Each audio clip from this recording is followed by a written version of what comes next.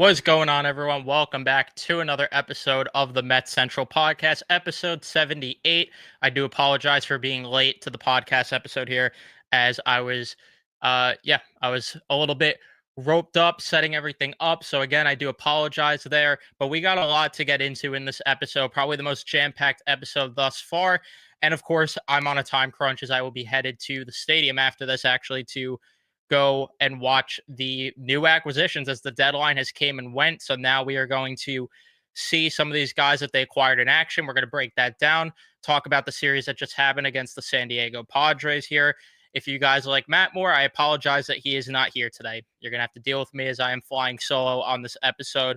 But before we jump in everything, I ask that you please leave a like on your way into the live stream, or if you're watching on replay, subscribe if you guys are new to the channel, especially if you're Met fans, and turn on your post notifications so you know when we upload or go live here on Met Central. You don't want to miss any of the content here, as we are now in the stretch of the season where the games start to feel a little bit more juiced up. They start to feel a little more meaningful, as you could really start to watch the standings on a daily basis, which obviously we still were either way because we're psychotic. And if you're watching this, you're a psychotic Met fan because of the fact that you're watching Mets content randomly on a Friday afternoon. We're psychotic and we wear it with a badge of honor.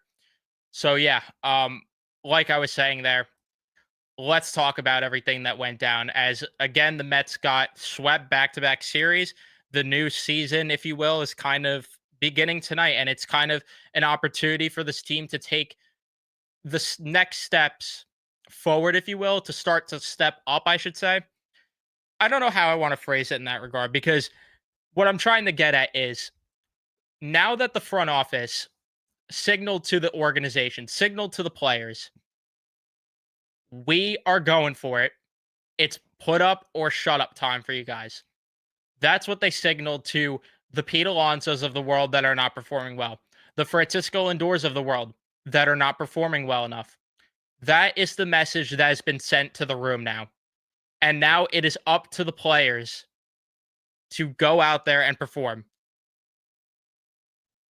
It didn't go well headed into the deadline. Stearns got as aggressive as I possibly thought he could have, which I'll talk about my thoughts on that. But first, let's talk about the series against the Padres, which again was very ugly. And the thing that was the most concerning about this series, to be completely honest with you, and we talked about it in the post-game shows, I've talked about it nonstop, it's the fact that they dropped that first game of the series in heartbreaking fashion, where they fought into it, and it's like, okay, they still ended up sweeping the Giants. I don't know why I said they got swept back-to-back series. I don't know why I did to open the show. I meant that they swept the series, then got swept. So back-to-back sweeps, just in that way I meant. But either way, they start off the road trip 3-0, and it's like, okay, you got to win just at least one of these games in San Diego to really make us feel good about this road trip. 4-2. But at that point, I was like, okay, why not go 5-1? And the first game, again, heartbreaking loss. And then they just laid an egg in the last two games of the series. And it's annoying because those last two games, even though the scores were lopsided, they were winnable baseball games, because there was a point where the Mets kept it close, and they probably would have kept it closer had they gone to different relievers. But it doesn't matter, because this offense, once again, is subpar with runners in scoring position. And it's been the name of the game all season long. We are in August, and that's honestly the most concerning part to me of the season going forward. It's this offense that I've had to talk about on a showly basis, weekly basis, whatever you want to say. It's the conversation that we've had to have for how many episodes have I done for the season? It's the same thing. And that's why I'm saying, even if you're not happy with what David Stearns did at the deadline, and quite frankly, am in the camp that I wanted them to get another bat at the deadline. And I'm not ridiculing Stearns for it, because when you look at what was out there really wasn't much for Stearns to acquire on that front, which, again, I'll talk more about that throughout the episode when we get to the trade talk. But I understand from his perspective that these guys got to perform. And it just hasn't happened. Granted, there's something he should be doing about it as the president, as the GM. They're not going to do the thing that we've been saying for almost every episode. So that's kind of a moot point. But now the message is clear that these guys need to get out of their slumps, and it starts today. It starts today, going down the stretch. Stearns gave up prospects for this group, gave Mendoza and this pitching staff the tools needed to keep them in ball games. Now it's up to the guys making the money to score runs for this bullpen, to score runs for a rotation that could be better. And that's the other knock that I get on David Stearns. But again, I'll talk about that later. It's on these guys, though, to perform. They're making way too much money to not. And it carried over again into the series in San Diego, where Mark Vientos was the only one really producing at a consistent clip during the series. You're not going to win a lot of baseball games when that's happening. Maybe last year that was working at points, but you need more. You need more from the top guys. As like I've highlighted in the post-game shows, Lindor, Alonso, batting sub 200. And we're not a batting average podcast here, but sub 200 for those two. With not a lot of power, not a lot of walks drawn in there. No. It's not good enough if you're trying to win a division. And to me, that is important that you win the division, because when I look at the teams around from the trade deadline, specifically the Padres, I would love to avoid playing them in a 3-game wildcard series. I would love to avoid playing the Phillies, potentially. Not that I think the Mets would beat the Phillies, which that's a conversation for another time, but I would still love to avoid a 3-game series against them in the playoffs. Or Chicago, Milwaukee, LA, whoever it might be. Maybe even the Reds, who the Mets lost the series to as well. Well, let's break this down game by game. The series that just occurred, like I mentioned. So in game number 1, it was Frankie Montas versus Dylan Cease in the top of the second inning, as this is just a jam-packed game here. But in the top of the second inning, Jeff McNeil would walk. Vientos gets a single. Brett Beatty hits a sacrifice fly to make it 1-0. So the Mets get on the board early, and you think, okay, they're going to carry over what they did from the San Francisco series maybe a bit. The bottom of the second, Montas loads the bases, works out of the jam. Credit to him on that. In the bottom of the third inning, Machado gets hit by a pitch. Merrill walks. Bogarts hits a single to tie the game up at 1. In the top of the fourth, McNeil walks. Vientos gets robbed at the wall for what would have been a home run there by Fernando Tatis Jr. But in the top of the fifth, he would not get robbed, as Nimmo and Lindor hit singles. Soto steals. And then there was an intentional walk there, which I meant to write that Cease intentionally walked Pete Alonso there, and then or was it McNeil? It's one of those two. I think McNeil, actually. And then Vientos hits the grand slam to make it a 5-1 game. And then in the bottom of the fifth, the Padres would add right back some runs, as you had Tatis get a double, Arias hit a home run to make it 5-3. Machado walks, Bogarts doubles, Cronenworth gets an infield hit as Brosbon fails to cover first base, and that made it 5-4. And then it expanded the lead for the Padres as Johnson ties it with a single, and then Diaz makes it 6-5. Mauricio, though, would tie the game up in the top of the ninth, and you thought maybe the Mets were going to have a late rally and win the game. I got excited about it. I really thought no way they are going to lose here. And then in the bottom of the ninth, Bogarts hits a single. Iglesias gets on from a fielder's choice thanks to Gregory Soto making a horrible throw over to second base. And then Diaz hits a single. For whatever reason, Elias Diaz gave the Mets fits in the series, but the Padres walk it off to win 7-6 in game number 2. A lot less notes as Manaea went against Bergert. And in the bottom of the first, Tatis gets a single. Arias bunts. Merrill ties it up at 1.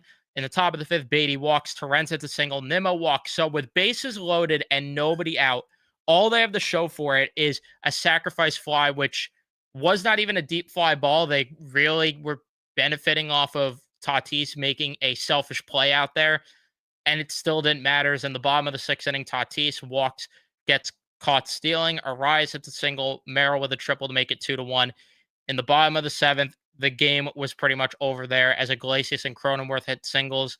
Diaz hits a double to make it 4-1, and then Arias walks. Machado hits a home run to make it 7-1. And the offense showed nothing in this game. And speaking of showing nothing, they showed nothing in game number 3 with a total of 1 extra base hit as Holmes would go against Yu Darvish, and the Mets struggled to tee off Unk as there's literally no notes for the Mets offensively. They did absolutely nothing. A drag of a watch for this baseball club in this game. But in the bottom of the second inning, Maldonado hits a single because, again, the Mets letting the Padres' horrible catching tandem just feast off them. Tatis gets hit by a pitch. Arias walks. Machado hits a single to make it 2-0. Iglesias, who was given the Mets fits as well, gets on from an error. Sheets hits a single, or hits a home run rather, to make it 4-0. And then in the bottom of the eighth, Tatis walks. Arias hits a single. Merrill hits a sac fly to make it 5-0. I'm going to just take a quick sip of water here before I continue to talk, but just very frustrating with the lack of offense.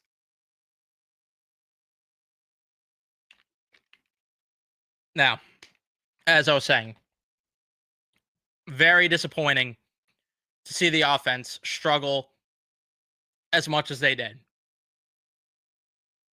Very frustrating. You're telling me that in grand total, they went, I got to do some quick math here. 1 for 15. Yeah, 1 for 15 with runners in scoring position in the series. And by the way, a lot of that's because they didn't get guys in scoring position in game number 3 here. 3 hits in that game. Against Yu Darvish at age 50,001. Just unacceptable. And I don't care that the Padres have have a great bullpen, one of the best bullpens in baseball, arguably the best. These guys are being paid to be better than this, and you might run into the Padres in a playoff series. So you might have to face the best bullpen in baseball, which, by the way, added Mason Miller to it at the deadline yesterday. You might have to go against that. No excuses. Just inexcusable baseball played by this team in San Diego this past week. And then the other thing that's really concerning to me, and I know that I don't want to single out Brett Beatty entirely just because of the fact that, again, the top guys have to perform. But it is very concerning when you look at the breakdown of the splits with Brett Beatty on the at home and on the road, because I don't understand how it is this drastic. I mean, I have never seen home and road splits to this degree. So take a listen to the numbers here. At home, he's hitting 289 with a 349 on base percentage, a 556 slugging, a 905 OPS, a 159 WRC plus. He is putting up elite numbers at home, like truly elite numbers. And then on the road, I don't know what it is, but he's unplayable with a 160 average, 213 on base percentage, 240 slugging, a 453 OPS with a 24 WRC plus. Does that make you want to vomit or what? I mean, I don't understand how it is that drastic. Like, it's to the point where, do you even play this guy when you're on the road? But I get it. Again, like I'm not singling out Brett Beatty because the top guys need to perform and they have not. Because at the end of the day, I mean, if we're going to break down numbers, let's take a look actually at Francisco Lindor and Pete Alonso's numbers in July, since July's come to a close here.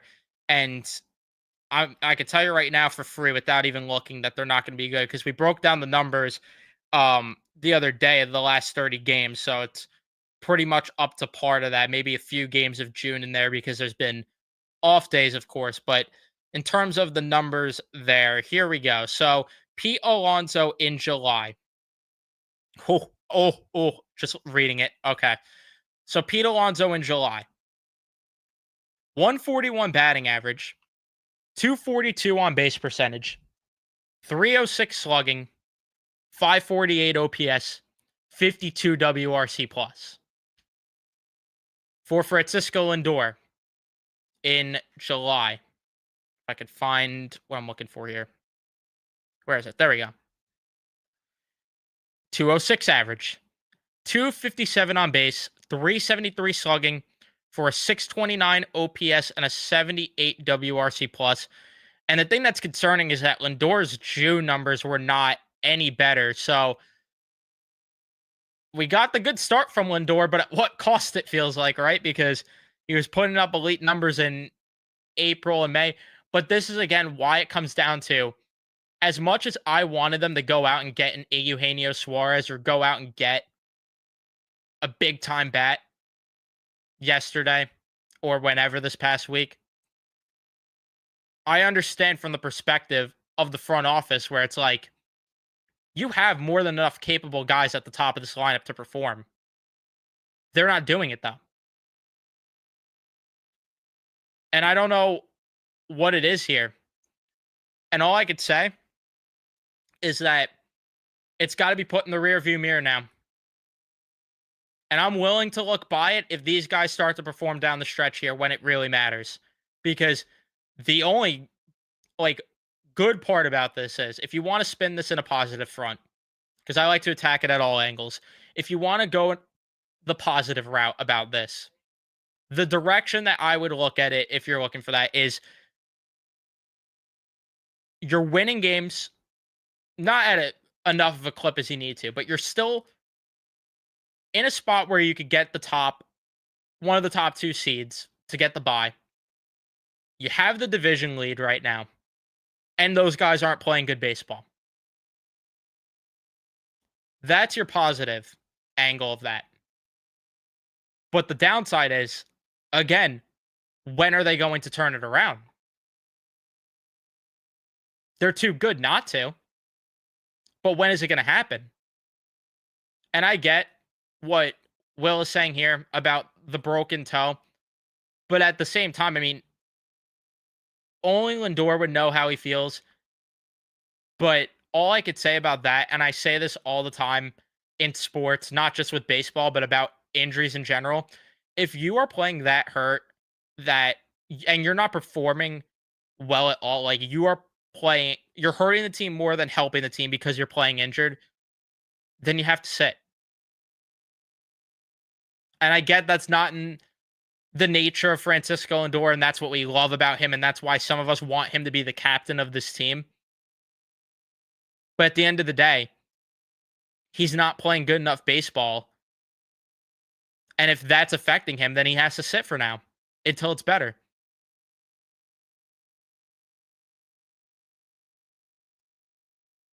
But again, I understand that's not going to happen.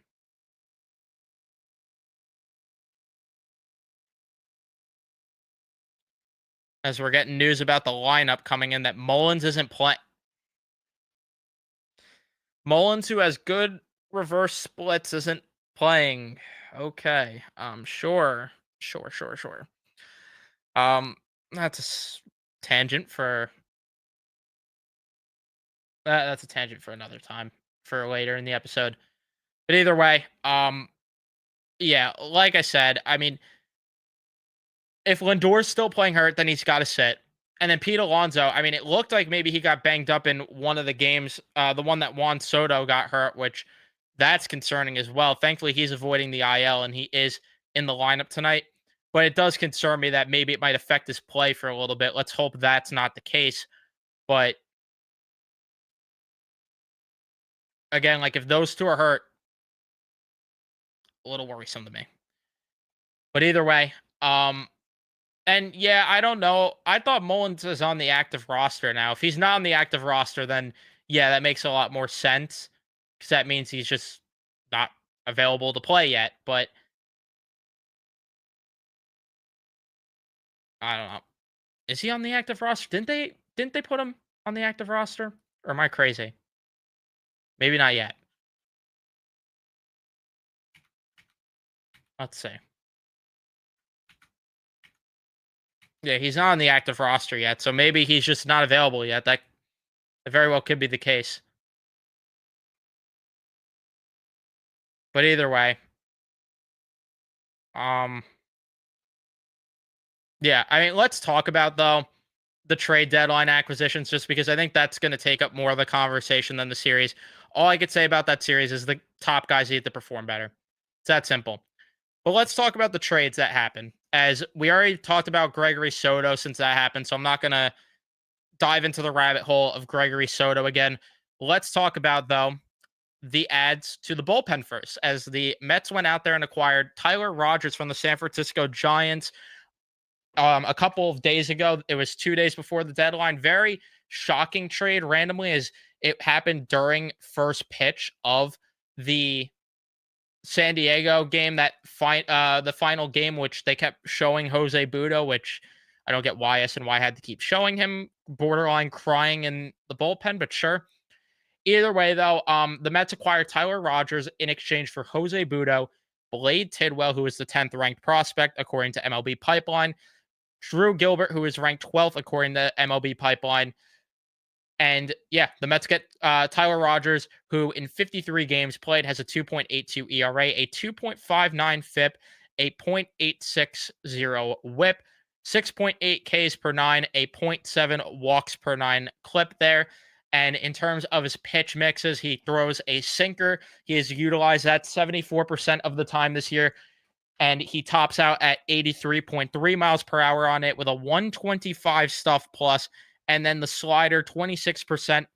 He throws at 74 miles per hour, 132 stuff plus. So very elite stuff from a guy that does not throw that hard at all. Pause. But he is the definition of consistent. Like, that's the thing that you're going to get with Tyler Rogers that I think fans are going to love, including myself. He is a control freak there, limits the walks like I highlighted. He is just a great contact machine there, a master of the zone, if you will. And the deceptive arm angle, of course, is what makes him so filthy from the right-handed side, even though he does not throw the hardest stuff. And even though he's 34 years old, that is the good thing, is that he doesn't throw that hard. So I don't want to jinx anything, but you know what I'm thinking. Just, you know what I'm thinking. I'm not even gonna say it. But either way, I get, in terms of what the Mets gave up, that fans are not thrilled about it. They think it's a huge overpay, which I honestly do not agree with that at all. Here's how my roller coaster went about the trade, in case you have not listened to my thoughts on it. My thoughts overall were, initially I was pumped up when I saw they're getting Tyler Rogers. Then I saw the return drop, and I'm like, whoa, that's actually a little steep to give up, no? But then as I sat here and thought about it more, I definitely softened my opinion, whatever you want to say. I definitely warmed up to it, I guess you could say. But my thought was with Budo all along, I didn't think Budo was going to be in the equation beyond the deadline. And I've said for months now that something that I would have explored personally for Jose Budo if I was in the front office, I didn't know if they were actually going to do it. But what I was wanting was a reliever swap. My mind was on, okay, I don't see a reason to have Jose Budo on your playoff roster. He has not performed well. He has not been consistent, and he's out of minor league options. Why not trade him to a team where you can maybe get a good reliever, and a team might value Jose Budo more because they could either keep him in the bullpen or they could stretch him out to be a starting pitcher again, and it's a win-win trade for both teams. Then you throw the prospects into this deal because, again, I did not expect the trade to be to this magnitude. But Blade Tidwell, who is ranked 10th, and then Drew Gilbert. I get you look at the rankings and you might think it's steep for a rental reliever. But the thing is, the Met, and someone said this on Twitter, I believe, and John from the Till Mets Do Us podcast, go check them out, said it yesterday on our trade deadline show that someone said the Mets have been bit so many times by waiting on the reliever market instead of setting the reliever market. And I love that they went out there and set the reliever market. You trade two guys that are older prospects, which Blade Tidwell, I like some of the stuff with them, but quite frankly, at his peak, he is either a middle of the rotation piece, which if your organization isn't good enough to fill a middle rotation piece when you have a plethora of arms on the rise, nonetheless, your organization isn't good enough. And what? Okay, Blade Tidwell maybe would have been great for the bullpen.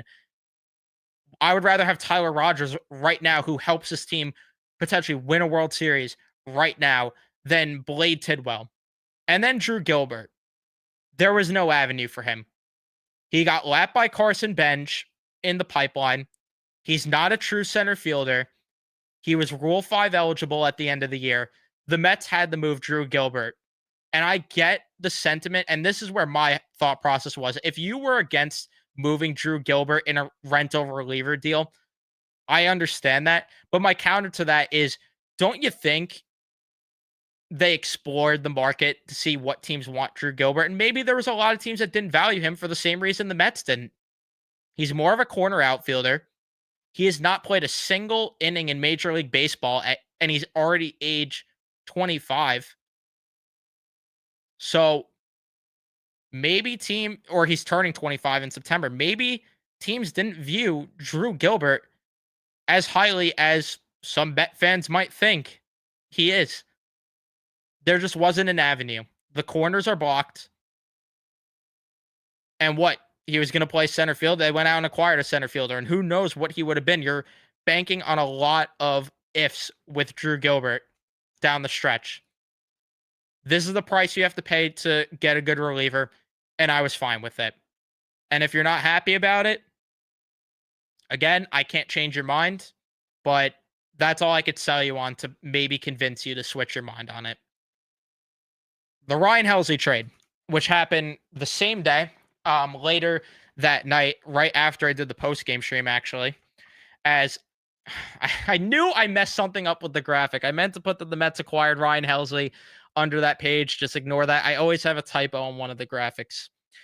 But the Mets acquire Ryan Helley in exchange for Jesus Baez, who is ranked 8th, Nate Dome, who is ranked 14th, and Frank Elisalt, who is unranked in the Mets pipeline. Ryan Helley in 36 games this year has a 3 ERA, a 3.51 FIP, a 1.39 WHIP, a 10.3 strikeouts per 9. Holy crap, isn't that great? And a walks per 9 at 3.5, which isn't as exciting, but still, Ryan Helley is freaking awesome.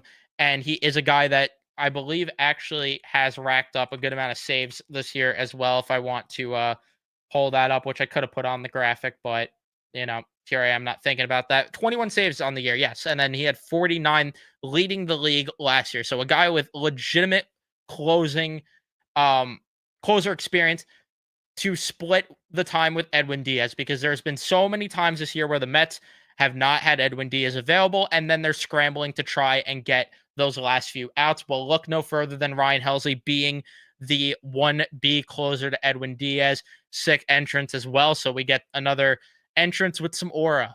He throws a slider 48% of the time, tops out at around 89 miles per hour, 88.9 if you want to be technical. 152 stuff plus, wipeout slider, fourth seam fastball. He's throwing that 45% of the time. Could top out around 100, averages at about 99.3 miles per hour, and a 105 stuff plus there. The curveball uses it about 5% of the time, averages at about 80 miles per hour, 127 stuff plus, and then he throws the cutter 2% of the time, 93.5 miles per hour, on that on average with 107 stuff plus. He is absolutely nails. He throws the ball hard, pause, but I'm very excited about this. And in terms of the prospects they gave up, I get it. People don't love losing prospects. It's never fun to, but if you can't replenish these guys, you don't have the right president, but you can replenish these guys, and that's what's great about it. Jesus Baez, I like him, eighth ranked prospect, but the guy's still in high A ball, if I'm not mistaken, at the moment. And then Nate Dome as well. I like some of the tools there, but again, he's real. He's not helping you this year. Is what I'm getting at. None of these guys are helping you this year. And then to give up a unranked prospect, I think that is you know, definitely a win in this. I don't mind this at all. They gave up less for Ryan Helsley than they did for Tyler Rogers. And I get it, rental relievers. It sucks to give up prospects for rental relievers, but this bullpen was so thin that they had to do it. And this is what you do to try and go out and win a World Series. And then the last trade that they made, which was yesterday, we were waiting for the center fielder. Who is it going to be? Luis Robert, Harrison Bader. Is it going to be Ramon Laureano? Well, no, it was Cedric Mullins, who they acquired for Anthony Nunez, who was the 14th ranked prospect in the system. Ramon Gomez, who throws 105, so we can't trade him, but he's ranked 30th. And then Chandler Marsh, who is unranked. Cedric Mullins on the year in 91 games played has a 229 batting average, a 305 on base percentage, a 433 slugging, 738 OPS, a 104 WRC plus, 1.2 WAR, 15 home runs, 49 RBIs, 23.9 strikeout percentage, a 9.6 walk percentage with 14 stolen bags on the year. And against left-handed pitching, I thought I would put this of note because he is really good with reverse splits. And that's something that's very encouraging because his team really struggles against left-handed pitching, which, again, that's why I was shocked he's not in the lineup tonight. But maybe he's just unavailable. Maybe he's only available to pinch hit later, which, if that's the case, fine. Then fine. But either way, 298 average against lefties, 390 on base percentage, 476 slugging, and an 866 OPS, 143 WRC plus. So he is putting up really good numbers against left-handed pitching. So again, I get people wanted Robert, and I started to warm up to the idea, of course, when they don't get him. But it's an upgrade over what they have. And I get that fans aren't in love with the Mullins thing because they think that, it's not enough at all. And listen, I get it. You're not bringing him in, though, to be your big time bat upgrade. You're bringing him in to be an upgrade over Tyrone Taylor, and he's better than Tyrone Taylor. Like, that's the way I look at it simply. And there was no one else available outside of Bader, clearly. So, or Laureano. If you wanted those two more, then I can't help you. But if you wanted Robert, Robert wasn't moved. If you wanted Quan, you would have had to give a king's ransom to get him. This was, in my opinion, your best option, or I would say the best option behind those two who didn't get moved. So for me, I was very happy with the fact that they were able to get him as well for this cheap. I didn't think it cost much at all, which again, you always hate to lose prospects, but it's what you got to do this time of year. I like some of the tools from Nunez. I like the velo from Gomez. I'm not familiar a lot with Chandler Marsh, to be completely honest with you. But at the end of the day, this is what you got to do to try and win a World Series. And they upgraded in center field, which has been a position that they have been in dire need of going forward down the stretch here and all season long. Of course, ever since the absence of Jose Siri, of course.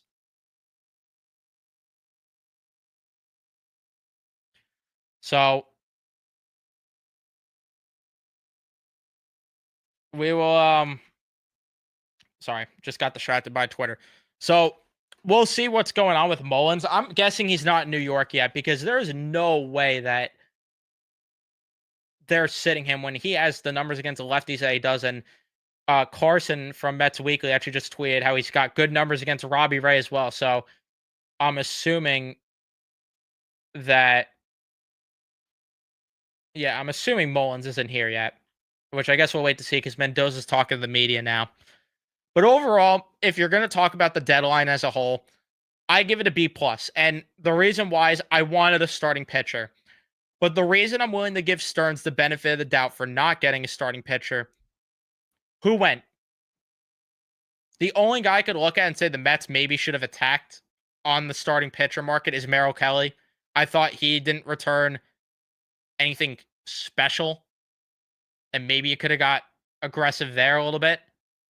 Outside of that, what? Dustin May? Nah, I'm good. JP Sears? No. There wasn't a lot of starting pitching out there. And given what the asking price reportedly was for Sandy, I don't blame the Mets for not doing it. I'd rather, and the good news is with the starting pitching thing, you have young pitchers that could come up and potentially fill the gaps there. Sproat's knocking on that door. McLean's been knocking at that door for a while now.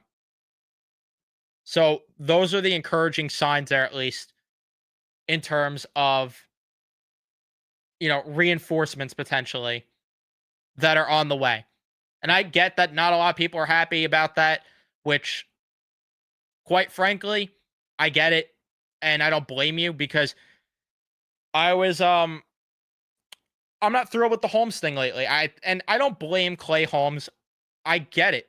I get that he's gassed. It's hard to go from not throwing this many innings in your major league career to now throwing this many innings and pretty much doubling, tripling what you have done each season all in 1 year. That was really my biggest thing is I wanted to see them get a starter and then move Holmes to the bullpen because he looks so gassed right now. But maybe now they look at it as let's try to get as much as we could from these Clay Holmes starts down the stretch as possible. And then come September, maybe let's call up one of these young pitchers and they could piggyback with Clay Holmes. I think that's your best route. And if you could survive another month of Clay Holmes, which you should be able to, where it's probably 5 starts at the most from him, maybe 6, I think that's fair. But we'll see. And I get it. I wanted to see someone that could maybe start a playoff game, but now you have the bullpen to help piggyback these starting pitchers. So it's up to the players offensively. If you want another bat, and it's up to now this bullpen that they added to.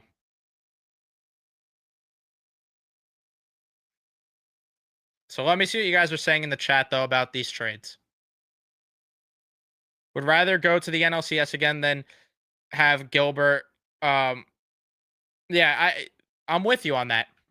And people have, and I've seen this go around for some reason that this is PCA all over again. I think there's too much recency bias with that. If you're comparing Drew Gilbert to PCA, then you're not paying attention to what's going on here. For 2 reasons. One, you're ignoring what Drew Gilbert is. And 2, you're ignoring the fact that PCA was never going to be what he is right now with the Mets. It wasn't going to happen. And don't get me wrong, that's something that has to change with the Mets hitting development. No question. No question at all. But you're trying to win a championship. Drew Gilbert's not helping you win a championship this year. This isn't PCA all over again. If he becomes anything great in San Francisco, good for him. There was no lane here. It's that simple. They need an opener for Holmes. If we could have an opener go 2 or 3 innings and Holmes for the same would be perfect and help the pen a ton. Looks like Brazaban's going to be that guy, and that's where the stars kind of started to align.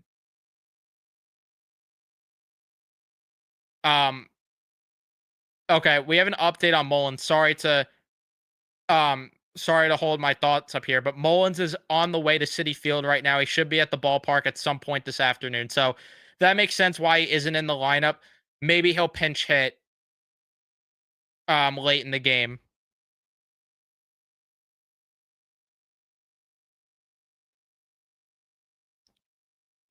So that makes a lot more sense. So we'll see. Maybe he pinch hits later. As for this, the stars started to align with the whole thing with Budo getting traded. Once he really paid attention to the fact that Braziban was getting stretched out to be a multi-inning guy, and now I'd imagine that's in part because Clay Holmes isn't giving volume, because Frankie Montas stinks. I'd imagine that's why. But I agree with you that they need him up here to give you those multiple innings.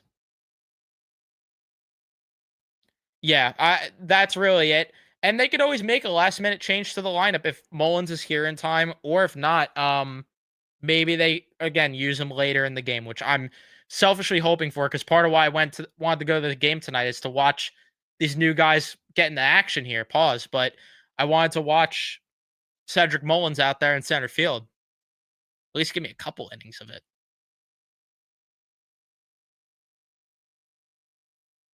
What do I think about Stroman? No. If anyone is yearning for Marcus Stroman, I think you are forgetting what happened with him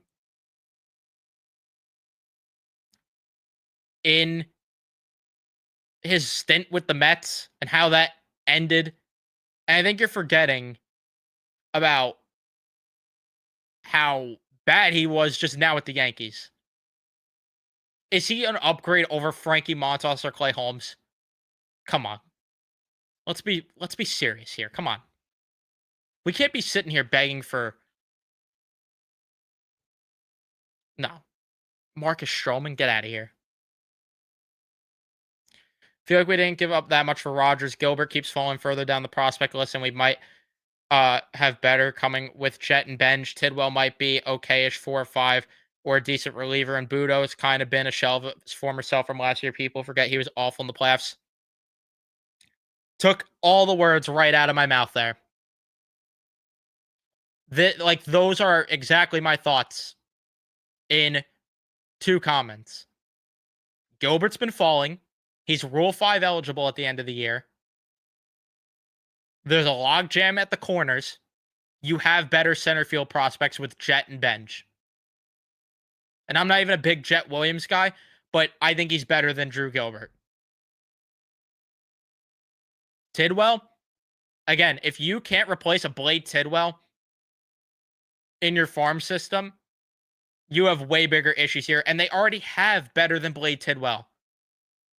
They have Sproat, Tong, McLean. They didn't touch any of those guys. And then Budo, who's better, Rogers or Budo? Oh, but Budo has control. Come on. Budo has not been good lately. We all wanted this guy gone after his last outing.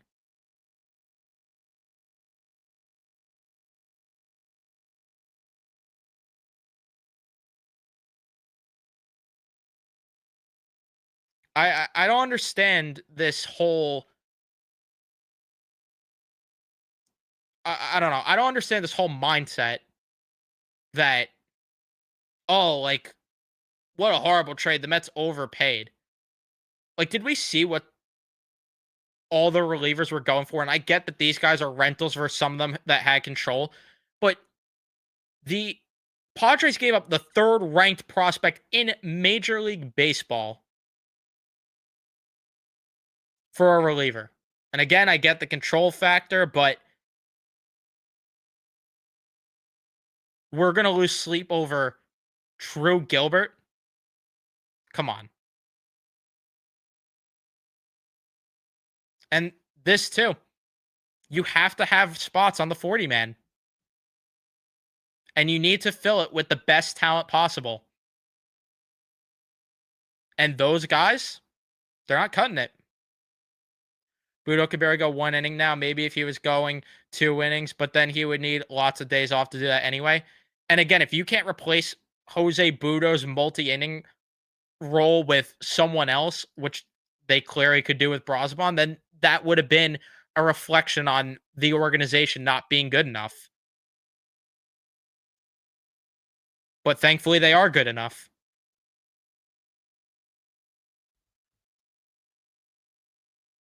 But anyway,